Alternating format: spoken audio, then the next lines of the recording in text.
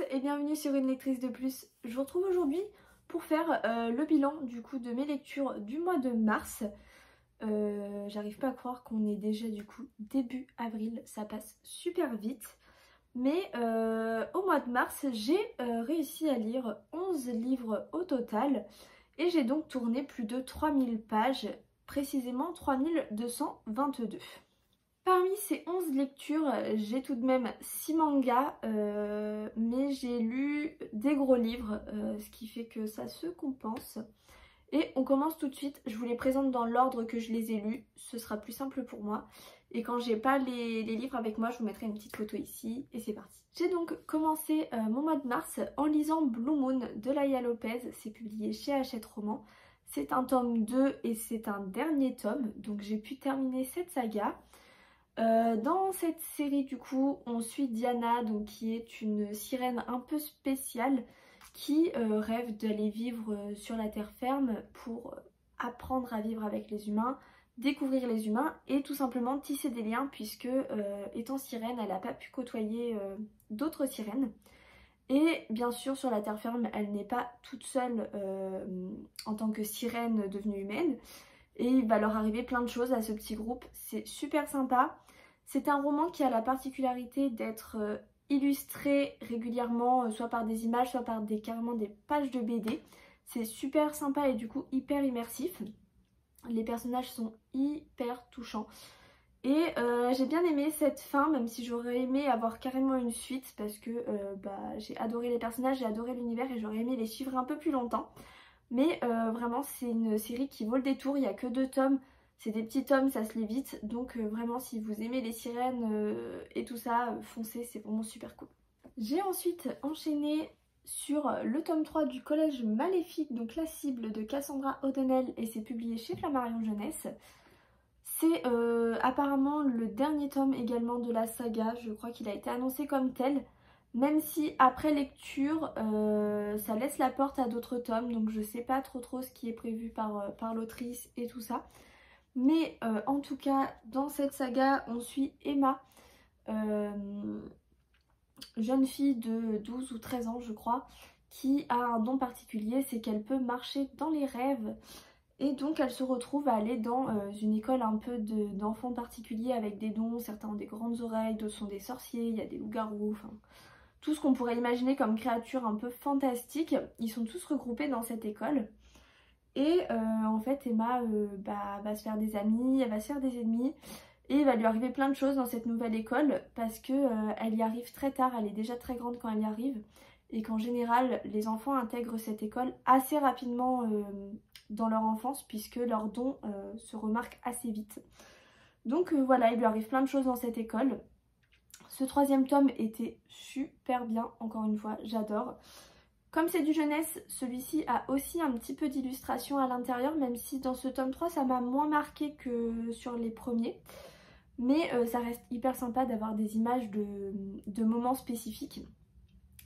Et j'ai trouvé que ce tome 3 avait un petit côté un peu plus comique que les autres. J'ai bien aimé les situations qui étaient un peu particulières, qui moi personnellement m'ont un peu fait rire. Ou en tout cas bien sourire, mais j'ai trouvé ça très prenant et j'ai adoré. Les personnages sont toujours super chouettes et on s'attache du coup de plus en plus à eux forcément. Et je n'espère qu'une chose, c'est qu'en fait ce n'est pas le dernier mais qu'il y aura bien une suite puisque clairement on laisse la porte ouverte à plein d'autres choses possibles. Ensuite j'ai lu mon premier manga du mois, il s'agit de To Your Eternity 2 de Yoshitoki Oma et c'est publié chez Pika. Alors j'avais lu le premier tome et j'étais plutôt mitigée. Ici on suit un être un peu spécifique, une sphère, une entité, on ne sait pas trop ce que c'est, qui va arriver sur la planète Terre et qui va s'adapter un petit peu à ce qu'elle va rencontrer, qui va pouvoir changer de forme en fonction de ce qu'elle a pu voir et du coup enregistrer on va dire. Et donc on la suit un peu dans ce voyage sur Terre. Autant vous dire qu'après ce tome 2 je suis toujours pas hyper happée. Je lirai peut-être le tome 3 pour la curiosité et pour être sûre d'abandonner la saga et de ne pas avoir de regrets. Mais j'arrive pas à accrocher le fait qu'on change régulièrement de personnage. En fait chaque tome est plutôt centré sur un ou deux personnages. puisque la sphère évolue, l'entité évolue, on ne suit pas du coup les mêmes personnages à chaque fois. Et bah, c'est difficile de s'attacher. Cette entité, elle est un peu spéciale, elle parle pas... Enfin, elle est vraiment très mystérieuse et tout ça. Et trop, du coup, on s'attache pas du tout à elle. Enfin, personnellement, j'ai pas du tout accroché avec le personnage. Et j'arrive pas trop à savoir, en fait, où ça nous mène, tout ça. Je sais qu'il y a plus d'une dizaine de tomes sortis. Je crois qu'ils sont à 15 ou 16. Et je ne vois pas où on va. Je ne vois pas, en fait, quelle partie de cette intrigue, si on peut dire, est prenante et doit nous emmener vers la suite, si ce n'est découvrir un nouveau personnage. En général, à la fin, on nous lance sur un nouveau personnage qui va suivre cette entité. Mais voilà, franchement, je suis pas du tout conquise.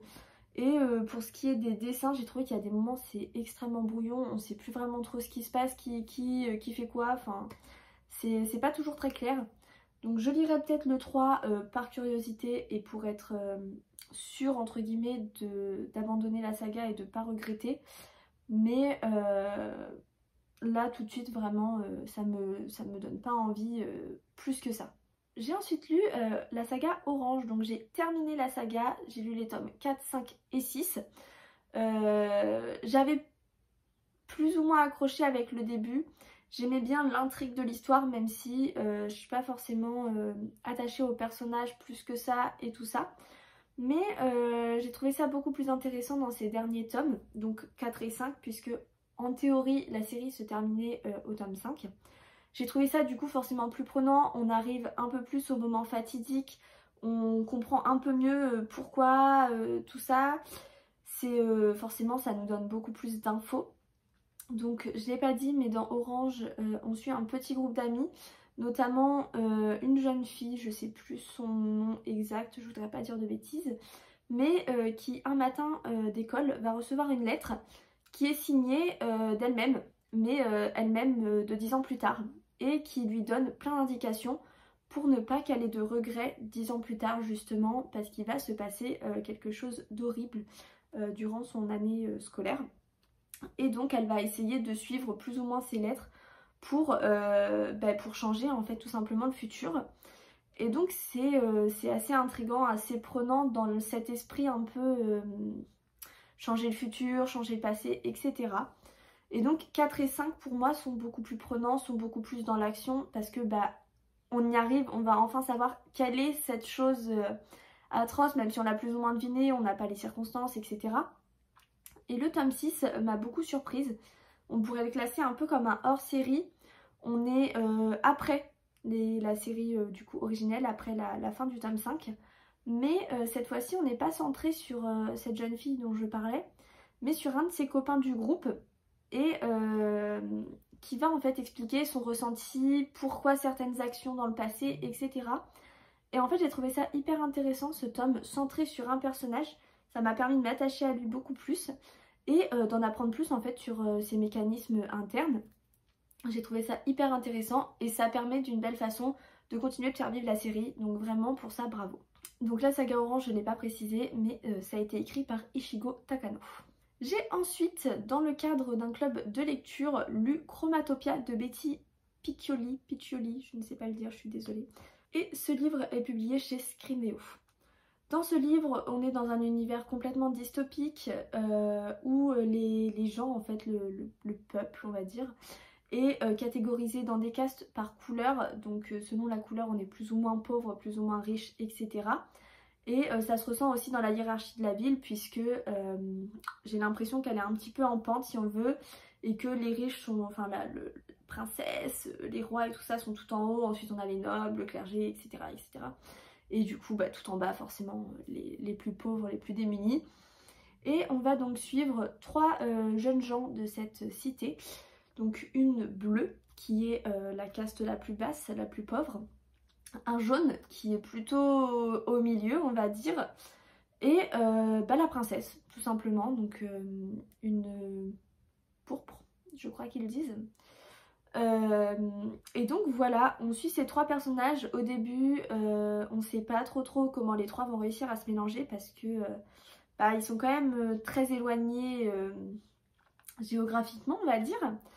Mais petit à petit ça se met en place. L'alternance des points de vue est super parce que du coup forcément on s'attache aux personnages fois 1000. J'ai adoré, adoré les découvrir. Après on va pas se cacher qu'il y a des choses qui sont prévisibles. Dès les 50-100 premières pages, il y a certaines révélations que j'avais déjà plus ou moins décelées. Mais j'ai trouvé agréable la façon dont c'était amené et révélé dans le récit, donc ça m'a pas gênée plus que ça en fait, si ce n'est que bah voilà, j'aurais préféré être surprise. Je trouve par contre que la fin, surtout l'épilogue, je sais pas, il m'a pas vraiment plu en fait. J'ai trouvé ça bizarre de faire un épilogue aussi rapproché de la fin du roman. J'aurais plutôt vu un épilogue 1 an, 2 ans, 5 ans plus tard peut-être. Et c'est vrai que là il est très proche de la fin et pour moi bah du coup ça correspond pas vraiment à un épilogue parce que j'ai pas l'impression que on nous donne des réponses en fait sur l'avenir de la cité du coup, et c'est ce que j'aurais apprécié à voir.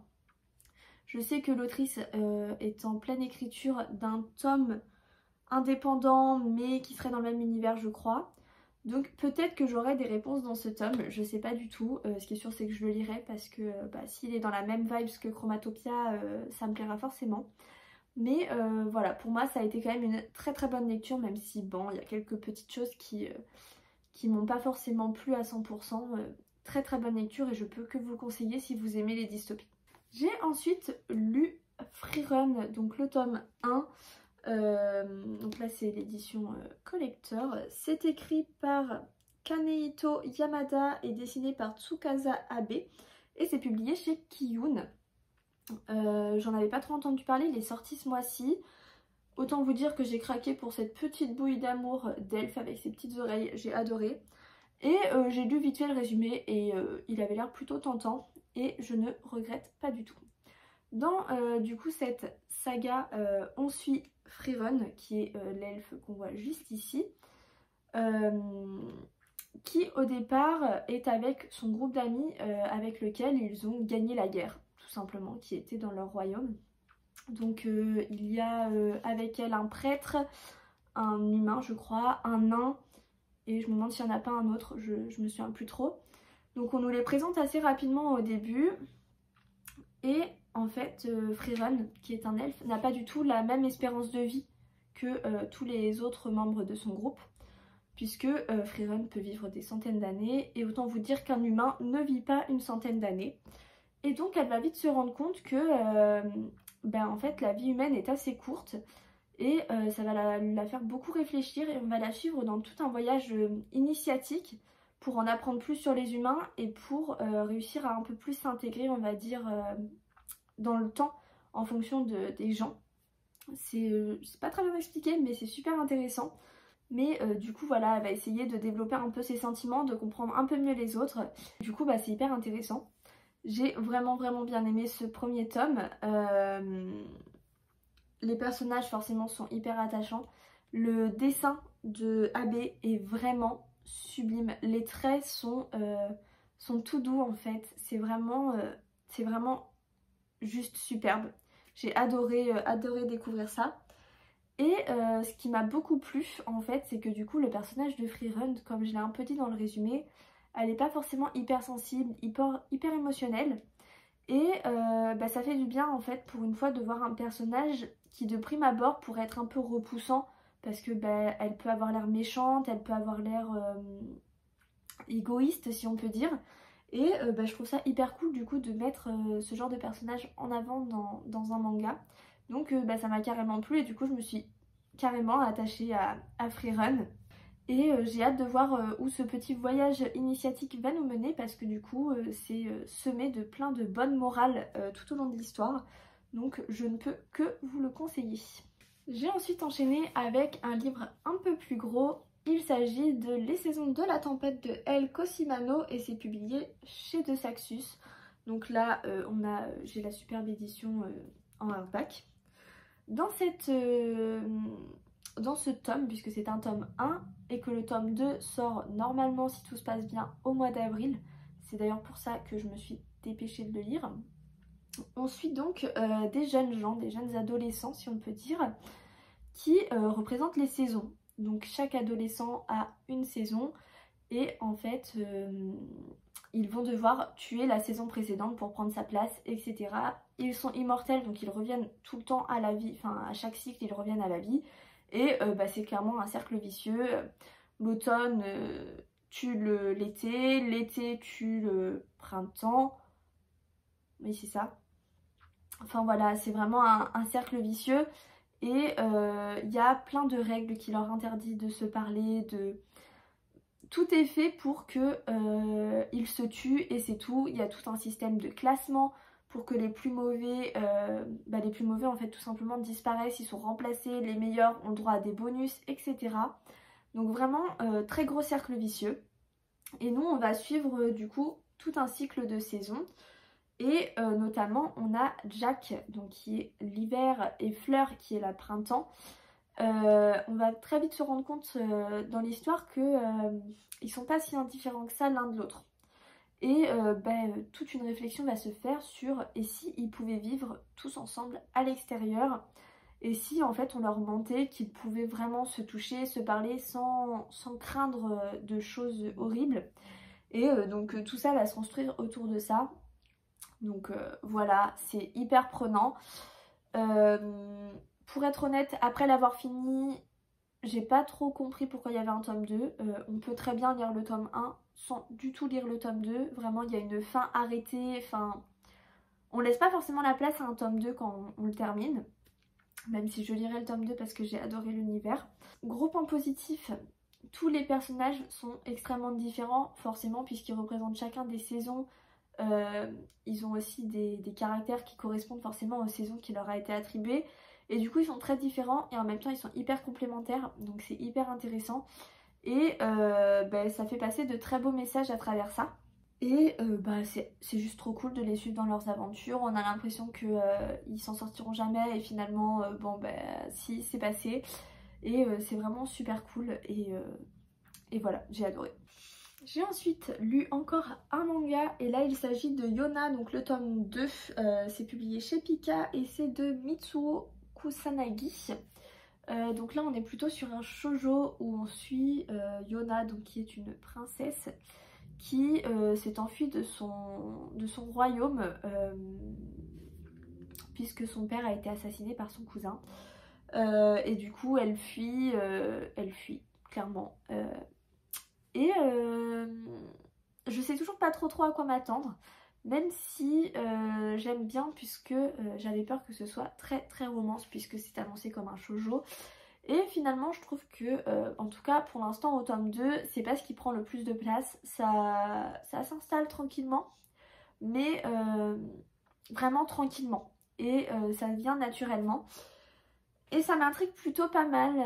Là on découvre de nouvelles choses dans ce tome 2 qui m'intéresse pas mal, donc je verrai quand je continue, mais je pense que je vais continuer encore un petit peu. Après je ne sais pas si j'irai au bout puisqu'il y a déjà une trentaine de tomes sortis et que les shoujo c'est pas forcément ce qui me plaît le plus, mais c'est plutôt une bonne découverte pour l'instant et j'aime bien les personnages et j'aime beaucoup les traits du dessin, donc je continuerai. Après je sais pas encore trop à quoi m'attendre. Mais on va voir, déjà on en apprend plus sur son royaume et sur comment il s'est construit, donc juste pour ça c'est cool. Dernière lecture du mois de mars, il s'agit de Gardien des Cités Perdues, le tome 4, donc Les Invisibles de Shannon Messenger, et c'est publié chez Lumen. Alors pour celui-ci j'avoue que j'ai triché un peu puisque j'ai fini les 100 dernières pages le 1er avril au matin, mais étant donné que je l'ai lu en 5 jours, je vais considérer qu'il compte pour les lectures de mars. Dans Gardien des Cités Perdues, on suit donc Sophie, jeune humaine qui n'en est pas vraiment une en fait, et qui se retrouve à découvrir tout un nouveau monde et elle va rapidement se rendre compte qu'en fait elle n'est pas vraiment comme eux, que son ADN a été un peu trafiqué et que du coup ça la rend complètement spéciale aux yeux de tout le monde tout simplement, et elle a beaucoup de responsabilités sur les épaules. Et donc dans chaque tome on en apprend un petit peu plus sur Sophie, sur sa création si on peut dire, sur ses responsabilités, sur pourquoi elle est là, toutes ces raisons. Et ce que j'ai vraiment bien aimé dans ce tome là, c'est que déjà on arrive dans un nouveau décor. J'expliquerai pas trop pourquoi parce que ça spoilerait les premiers tomes, mais on découvre un nouveau décor, on découvre de nouveaux personnages qui sont introduits et du coup ça redonne un peu de peps au roman. Et on en apprend beaucoup sur Sophie, sur ses origines, sur pourquoi elle est là. Et du coup c'est hyper intéressant. C'est hyper prenant, c'est un livre qui fait 650 pages mais on les voit pas vraiment passer tellement on les tourne vite. J'ai déjà le tome 5 en ma possession, je pense que je le lirai assez vite entre guillemets. Pas là dans l'immédiat mais je pense qu'il sera lu d'ici 1 ou 2 mois. Parce que en fait c'est hyper prenant et c'est dur de s'arrêter parce que chaque tome est meilleur que le précédent. Donc gros coup de cœur pour cette saga comme depuis le début. Et j'ai hâte de voir où tout ça va les mener. Et voilà, j'ai fait le point sur mes 11 lectures du mois de mars. J'espère que la vidéo ne sera pas trop longue. Et vous dites-moi en commentaire si vous avez lu certains livres. Et votre bilan, tout simplement, votre bilan du mois de mars, nombre de lectures, ce que vous avez lu, vos coups de cœur, tout en commentaire. Moi je suis plutôt contente parce que j'ai fait de bonnes, voire très bonnes lectures. Donc ça, c'est positif, hein, c'est plutôt cool. Je vous préviens d'ores et déjà, il n'y aura pas de vidéo book haul pour le mois de mars puisque je n'ai acheté que 2 livres au mois de mars. Ce qui, ça pour le coup, est plutôt positif. Donc je vous ferai je pense une vidéo pour mars-avril, si j'achète des livres en avril. Mais si vous voulez avoir les infos plus rapidement, je vous invite à aller me suivre sur Instagram où je fais ça un peu au fur et à mesure. Et voilà, c'est tout pour cette vidéo, j'espère qu'elle vous a plu. N'hésitez pas à vous abonner si ce n'est pas encore fait, à liker la vidéo et à la partager. Et moi je vous dis à bientôt dans une nouvelle vidéo.